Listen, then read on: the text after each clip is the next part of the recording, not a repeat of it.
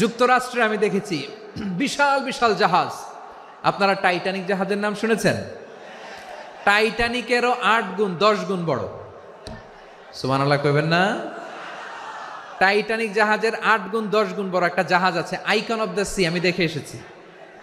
Royal Caribbean দেখে এসেছি। সাগরের সামনে জেটিতে যখন দাঁড়ালাম, জাহাজটা যখন যায়, আমার মনে হচ্ছে একটা শহর, গোটা শহর, the entire city is floating on the water. পুরো একটা শহর মনে হয় পানির উপর দিয়ে ভেসে যাচ্ছে। পড়েন সুবহানাল্লাহ।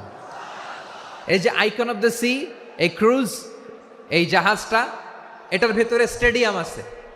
কিসের ভিতরে স্টেডিয়াম? কথা বুঝে নাই বোধহয়। স্টেডিয়াম কিসের ভিতর? সুইমিং পুল আছে, শপিং মল আছে, রেস্টুরেন্ট আছে, ক্লাব আছে, 3000 4000 রুম বিশিষ্ট, কক্ষ বিশিষ্ট হোটেল আছে। এই সবগুলোর নিয়ে এগুলো চলে সাগরের এই দোলার মধ্যে, জলোচ্ছ্বাসের মধ্যে। এই সাগরের ভেতরে এই জাহাজগুলোর ভাষায় রাখছে কে?